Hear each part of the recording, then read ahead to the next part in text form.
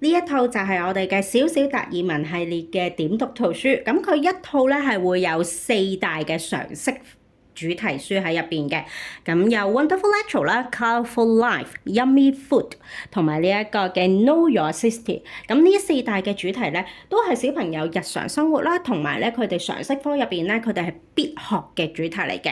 而且佢每一本嘅主題書咧，我哋都會有10大嗰個嘅分類嘅主題咧，都會喺入邊。咁譬如 Wonderful Lecture，我哋會由動物開始去教起小朋友一啲嘅常識科嗰個嘅分類啦，每一個嘅動物，每一種嘅鳥類，每一種嘅昆蟲，甚至乎去到大型嘅植物，佢哋嗰個嘅常識嘅範疇係喺邊一度咧？咁我哋呢一個嘅達爾文嘅系列咧，唔係淨係點字讀字話翻俾佢聽，哦，松樹 hide。呢一個就咁就算㗎啦。咁我哋咧，除咗係會有英文啦、廣東話、普通話之外，咁我哋亦都會有地球呢一個嘅 icon，我哋係會有埋呢一個葡萄牙語嘅。而且我哋每一個嘅內容咧，我哋都可以咧係設定你想聽嗰個嘅3種嘅語言。咁而 Smart Icon 咧，我哋就會用廣東話嗰個嘅模式咧，去話翻俾小朋友聽常識嗰個嘅範疇喺邊一度。嗱，喺呢度問問大家，竹樹同椰子樹、松樹邊一個先至係樹咧？好多家長都會認為啊，佢叫竹樹，佢就一定係樹啦。咁其實就係唔啱嘅。我哋就聽一聽竹樹究竟係咪真係樹嘅一種？雖然竹樹高大又直，但係其實竹係屬於草本植物，而唔係樹，係世界上最高嘅草類。原來佢係最高嘅草類嚟嘅，咁呢一個咧都係小朋友咧，佢哋除咗靠睇書之外啦，咁佢哋咧去聆聽啦嗰個嘅物件咧都係好重要嘅，或者甚至乎係香蕉樹。香蕉樹其實唔係樹，都係一種草本植物。佢嘅果實係世界上最受歡迎嘅水果之一，富含鉀元素，對健康好有益。咁我哋係會講得好清楚咧，嗰個嘅知識嘅痛點咧係喺邊一度啦。咁甚至乎係小朋友佢哋要了解邊啲先至係屬於大自然見到嘅嘢，我哋亦都可以用 Smart Icon 咧去解釋翻俾佢哋聽呢一樣係啲咩嚟嘅。啱啱颱風落咗啦，咁我哋可以聽下風係點樣形成嘅。風係由於氣壓差異引起嘅空氣流動，氣壓差異越大，風速越高。而且我哋咧呢個小小達爾文嘅系列咧，除咗係會有講解之外，咁其實咧我哋咧每一個咧嘅主題書入邊每一個嘅主題都會係可以用玩遊戲嘅模式。遊戲模式，呢間商店係專售賣各種款式嘅衫，係咩商店呢？你答啱咗啦！呢間商店集合咗唔同種類嘅商品，例如食品、飲品、家居用品同電器。顧客可以一次過買齊日常所需，係咩商店呢？咁你會見到我哋嗰個嘅問題咧，都充滿呢一個嘅大量嗰個嘅知識化嘅。呢間商店通常24小時營業，提供零食、飲品、日用品同。咁而且咧，我哋咧嗰個嘅模式咧，亦都係比較得意嘅。With so many international dishes. 咁我哋會有英文啦、火龍果、廣東話啦，甚至乎咧，我哋每一本書每一個嘅主題咧，我哋都會有一個咧係出邊嘅點讀圖鑑書冇嘅嘢，就係 music 呢一個嘅 icon。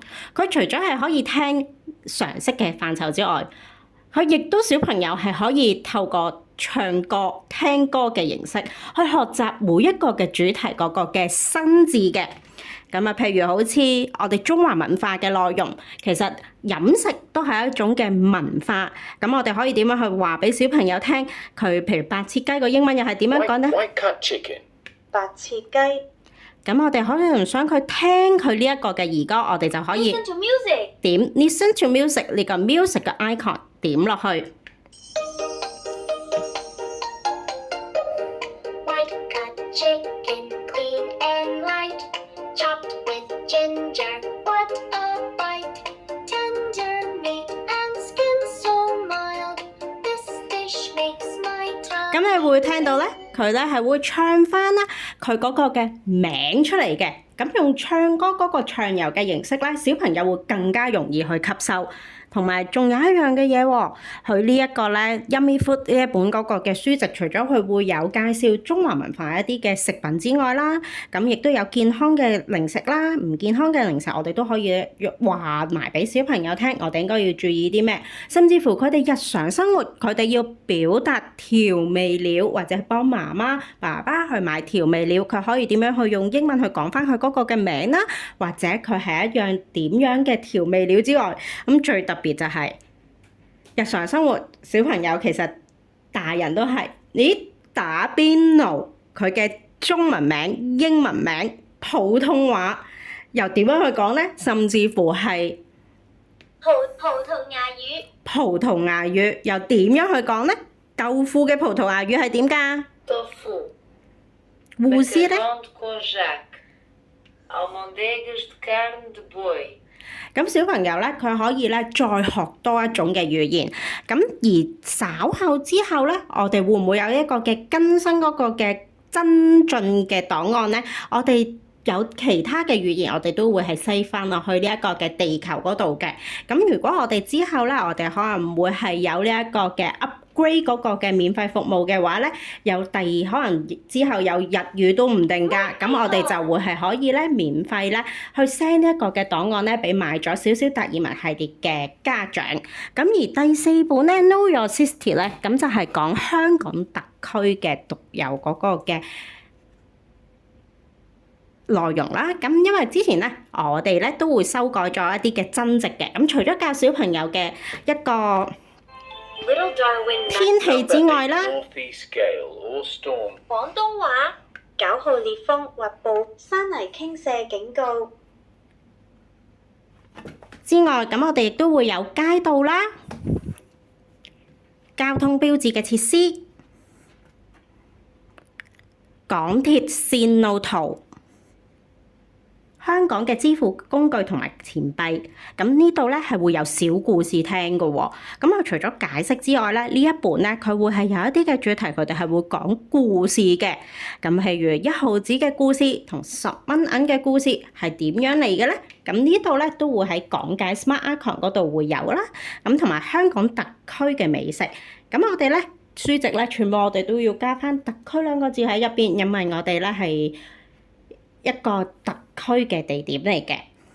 咁咧香港嘅旅遊景點啦，甚至乎我哋亦都會介紹埋香港嘅歷史古蹟嘅。咁我哋亦都有一啲嘅引言啦，係話翻俾小朋友聽呢一個嘅香港特區佢有啲乜嘢嗰個嘅歷史嘅古蹟啦，咁都係一個嘅地區嘅文化嘅載體嚟嘅。咁我哋呢度亦都會再新設一個嘅係香港特區嘅機構，咁俾小朋友咧去認識翻咧香港特區唔同嘅機構，佢主要佢係做啲乜嘢啦，同埋運作啲乜嘢嘅。